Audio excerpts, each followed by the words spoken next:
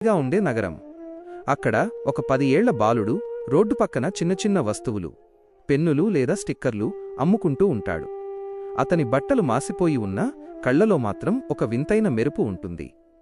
ఒకరోజు ఒక ధనవంతుడు తన కారు దిగి అటుగా వెళ్తుంటే ఆ అబ్బాయి పరిగెత్తుకుంటూ వెళ్ళి, అయ్యా, ఒక్క పెన్ను కొనండి, ఆకలిగా ఉంది అని అడుగుతాడు. ఆ ధనవంతుడు జాలిపడి ఒక 100 రూపాయల నోటు తీసి ఇస్తాడు. ఆ అబ్బాయి దగ్గర చిల్లర ఉండదు. అయ్యా, ఒక్క నిమిషం ఇక్కడే ఉండండి, నేను పక్కనే ఉన్న షాపులో చిల్లర మార్చుకుని వస్తాను అని చెప్పి పరిగెత్తుకుంటూ వెళ్తాడు. 10 నిమిషాలు గడిచినా వాడు రాడు. అరగంట అయినా రాడు. అందరిలాగే వీడు కూడా నన్ను మోసం చేశాడు అని ఆ ధనవంతుడు విసుగ్గా తిట్టుకుంటూ తన పనిమీద వెళ్ళిపోతాడు. మరుసటి రోజు ఆ ధనవంతుడు మళ్ళీ అదే దారిలో వెళుతుంటే ఒక చిన్న బాబు ఏడుస్తూ వచ్చి అతని కాలు పట్టుకుంటాడు. అతను నిన్నటి అబ్బాయి తమ్ముడు. వాడు వణుకుతున్న చేతులతో కొన్ని చిల్లర నాణేలు, చిరిగిన ఒక 100 రూపాయల నోటును ఆ ధనవంతుడికి ఇస్తాడు. అయ్యా, నిన్న మా అన్నయ్య చిల్లర తీసుకుని వస్తుండగా ఒక కారు గుద్దింది. హాస్పిటల్లో ఉన్నాడు.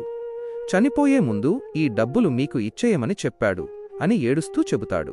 ఆ మాట వినగానే ఆ ధనవంతుడి గుండె తరుక్కుపోతుంది. తను ఒక పేదపిల్లాడిని మోసగాడు అనుకున్నందుకు ఎంతో బాధపడతాడు. ఆ చిరిగిన నోటును చేతిలోకి తీసుకుని ఆ పసివాడి నిజాయితీ ముందు తన దగ్గర ఉన్న కోట్లాది రూపాయల ధనం చాలా చిన్నది అని తెలుసుకుంటాడు. నీతి: మనిషి పేదరికంలో ఉండవచ్చు, కాని నిజాయితీకి పేదరికం ఉండదు. మనం ఎవరినీ తక్కువగా చూడకూడదు.